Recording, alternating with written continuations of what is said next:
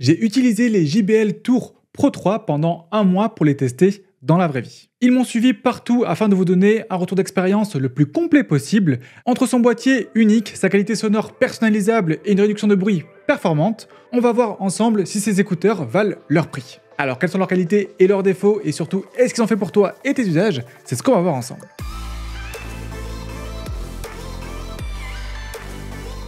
Petit point de transparence avant de commencer, la vidéo a été faite en collaboration avec la marque. Merci à JBL pour le soutien et merci de m'avoir laissé faire la vidéo que je souhaitais. Et en vrai, la vidéo, je l'aurais quand même faite parce que ce produit-là, je l'ai acheté et ça, c'est le produit qui m'était envoyé par JBL. Donc c'est pour ça que je pourrais vous montrer les deux coloris. Allez, commençons par faire un tour du produit. Le premier élément qui marque forcément, c'est le boîtier qui est pour moi le meilleur du marché. Tout simplement parce que c'est le plus complet. Déjà, comme on peut le voir ici, on va voir un grand écran OLED sur le boîtier. Comme vous pouvez le voir avec un fond d'écran qui est personnalisable. Par exemple, la version que m'a envoyé JBL, ici, il y a ma petite tête dessus. C'est donc un écran OLED tactile sur lequel on va pouvoir gérer la réduction de bruit active par exemple. On va pouvoir aussi gérer le contrôle des pistes. On va pouvoir gérer le volume. Tout ça, ça aura besoin de sortir son smartphone. Mais aussi, vous allez pouvoir brancher le boîtier en jack pour transmettre le son à vos écouteurs.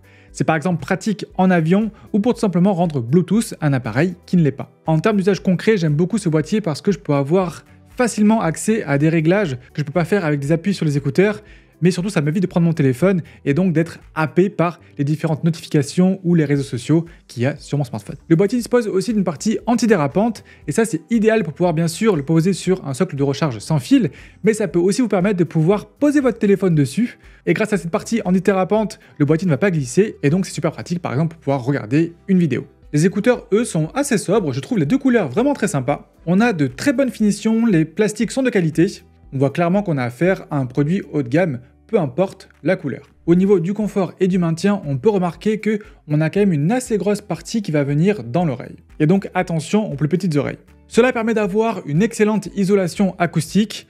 On reparlera bien sûr de ça un petit peu plus tard dans la vidéo quand on parlera de l'audio. Je vous conseille d'ailleurs de prendre le temps d'essayer les différents embouts présents dans la boîte. Parce qu'on va avoir des embouts en silicone, comme ce que j'ai actuellement de monter sur mes écouteurs, mais on aura aussi des embouts en mousse. Personnellement, j'ai opté pour les embouts en silicone parce que je fais du sport et que j'ai moins chaud avec. Au niveau du confort, durant mes tests, j'ai pu les porter jusqu'à 5 heures avant de ressentir une petite gêne. Donc on a vraiment un poids qui est bien réparti et l'écouteur est quand même assez confortable. Cela reste bien sûr subjectif parce que moi j'ai l'habitude de porter ce genre d'écouteurs. On a plein d'embouts pour pouvoir bien adapter les écouteurs à son conduit auditif et donc ça reste un bon choix si jamais vous voulez utiliser des écouteurs longtemps, surtout qu'ils ont une très bonne autonomie qui dépasse les 7 heures. Niveau maintien en conditions sportives, c'est aussi très bien. Et pour ceux qui font du sport en extérieur comme moi, le gros point fort, c'est que les bruits du vent ne sont pas amplifiés. Et ça, même avec la réduction de bruit active activée. Au niveau de la connectivité, c'est vraiment carton plein. Les JBL Tour Pro 3 intègrent le Bluetooth 5.3 qui permet d'avoir une connexion à la fois rapide et stable. J'ai vraiment constaté aucun décrochage et ça même en environnement très dense comme par exemple dans un aéroport. Et je peux aussi laisser mon téléphone ici à mon studio et me balader dans toute ma maison sans qu'il y ait de déconnexion. Au niveau des codecs, il y a les codecs universels mais assez compressé, donc les codecs SBC et AAC, mais on a aussi le codec LDAC qui va beaucoup moins compresser le son, ce qui est censé améliorer considérablement la qualité audio, à condition bien sûr d'avoir un appareil compatible, comme par exemple mon Samsung S24 Ultra. Si jamais vous êtes sur iPhone, malheureusement vous serez limité au codec AAC.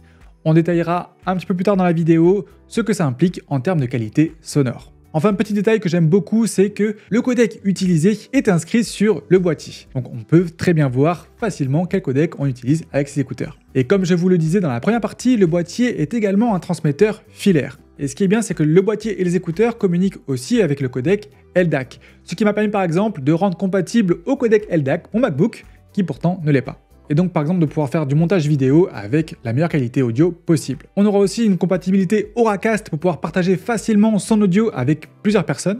Enfin, dernière chose très sympa, ils sont multipoints. On va donc pouvoir les connecter à la fois à son smartphone mais aussi à son ordinateur et les écouteurs vont passer automatiquement de l'un à l'autre. Les écouteurs fonctionnent avec l'application JBL Headphone qui est vraiment très complète. On peut vraiment personnaliser à fond son expérience. On va pouvoir donc lui dire quel embout est-ce qu'on a choisi, on va pouvoir bien sûr régler la commande de réduction de bruit, on aura tous les paramètres de personnalisation qui concernent le boîtier, par exemple ici avec le fond d'écran et tout ça. Dans la rubrique audio, ici on va pouvoir gérer un égaliseur, On pourra aussi activer le mode spatial si on le souhaite. Et avec Personify ici, vous pouvez même créer un profil audio sur mesure basé sur votre audition. L'application va vous faire écouter une série de bruits pour vraiment cartographier votre audition et donc adapter l'égalisation en fonction des faiblesses d'audition que vous pouvez avoir sur certaines fréquences. Et dans Généralité, ici, on va bien sûr pouvoir aussi personnaliser les différentes commandes qu'on va pouvoir faire sur les écouteurs. En parlant justement de ces contrôles qu'on va pouvoir faire directement sur les écouteurs, malheureusement, il va falloir choisir entre 3 familles de contrôles. On aura le contrôle des pistes, le contrôle du volume, ainsi que le contrôle de la réduction de bruit. Heureusement, on peut en mettre un différent des commandes à gauche de celles qu'on va mettre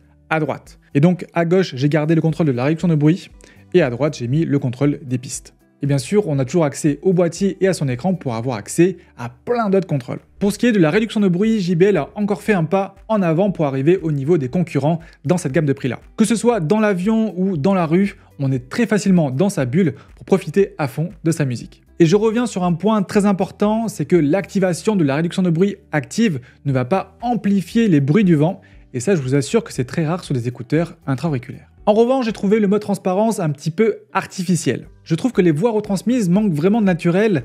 Bon, clairement, ça dépanne pour entendre une annonce micro, par exemple, dans les transports, mais on ne va pas la laisser activer continuellement. Allez, je vous ai fait un petit enregistrement pour que vous puissiez voir ce que donne à la fois le mode transparence, mais aussi l'action de la réduction de bruit active. Noise cancelling. Noise cancelling. Noise cancelling. Noise cancelling. Noise cancelling. Quand on parle de JBL, on pense immédiatement à leur signature sonore qui fait la part belle aux basses, au risque quelquefois d'en faire un petit peu trop. L'an dernier, j'avais d'ailleurs reproché au Tour Pro 2 leur signature sonore qui était un petit peu déséquilibrée, qu'il fallait rattraper absolument dans l'égaliseur. Ici, avec les JBL Tour Pro 3, c'est très bien dès la sortie de la boîte et ça fait plaisir. Pour l'écoute de musique, j'ai testé ma playlist de référence qui mélange plusieurs styles.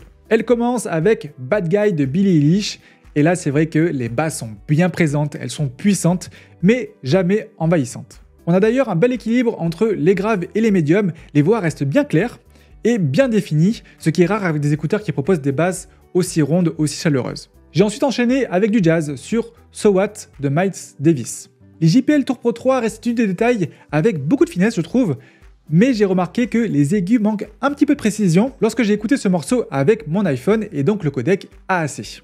Par contre sur un appareil Android compatible avec le LDAC, comme mon S24 Ultra, la qualité sonore grimpe d'un cran, les aigus gagnent en clarté et l'ensemble devient beaucoup plus naturel. Sur iPhone, c'est pas que c'est mauvais, loin de là, mais si vous écoutez beaucoup de jazz et classique, ça vaut le coup vraiment d'utiliser le codec LDAC, ce qui exclut malheureusement les appareils Apple. Passons maintenant à Thriller de Michael Jackson, pour tester le mode spatial. Et là, honnêtement, j'ai été bluffé. Si vous regardez souvent mes vidéos, habituellement, je trouve les modes de spatialisation un petit peu gadget, voire même contre-productifs. Mais ici, JBL a fait un excellent travail. Lorsqu'on active ce paramètre, la scène sonore s'élargit réellement. La voix de Michael reste vraiment bien au centre, tandis que les instruments semblent venir de différents endroits. Et sur ce morceau, ça ajoute une vraie dimension immersive. Par contre, bien sûr, ça dépendra beaucoup du morceau et il faut qu'il ait été prévu aussi pour l'audio spatial et qu'il ait été bien mixé. En revanche, j'ai été moins fan du suivi des mouvements de la tête. Ça fonctionne, mais j'ai pas trouvé ça très convaincant, en tout cas pour la musique. Et si jamais vous êtes en mouvement, ça peut vite devenir perturbant d'ailleurs.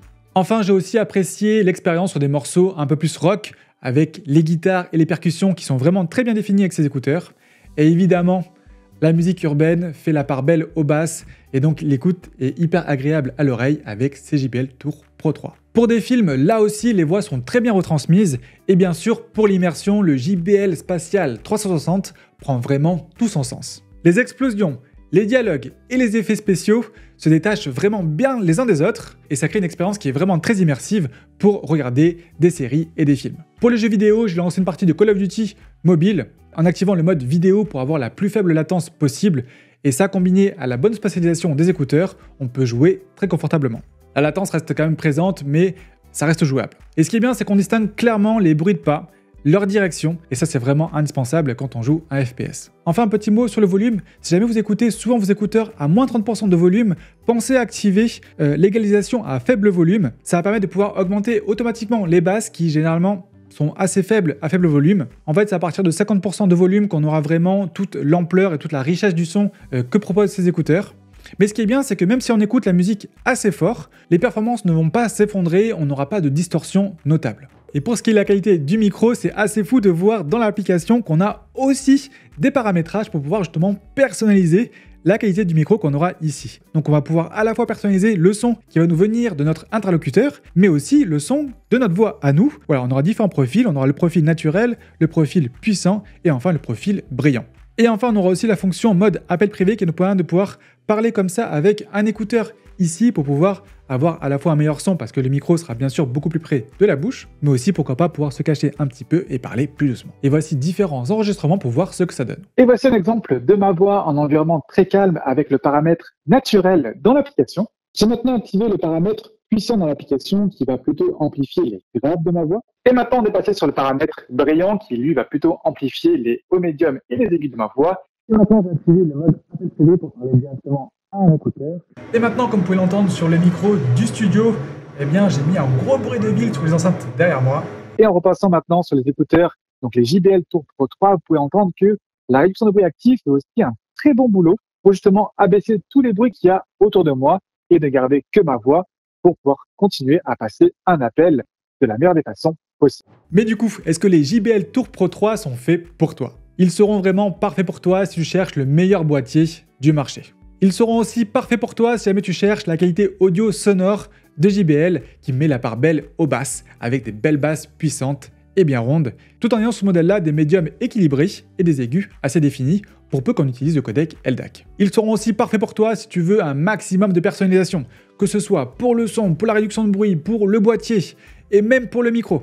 Par contre, attention si jamais tu as des toutes petites oreilles, parce que la partie qui va venir se poser dans l'oreille ici est quand même non négligeable. Je vais te les déconseiller aussi si jamais tu cherches le meilleur mode transparence possible. Et enfin, bien sûr, attention aussi au budget parce que c'est des écouteurs qui sont vendus 299 € en prix public conseillé.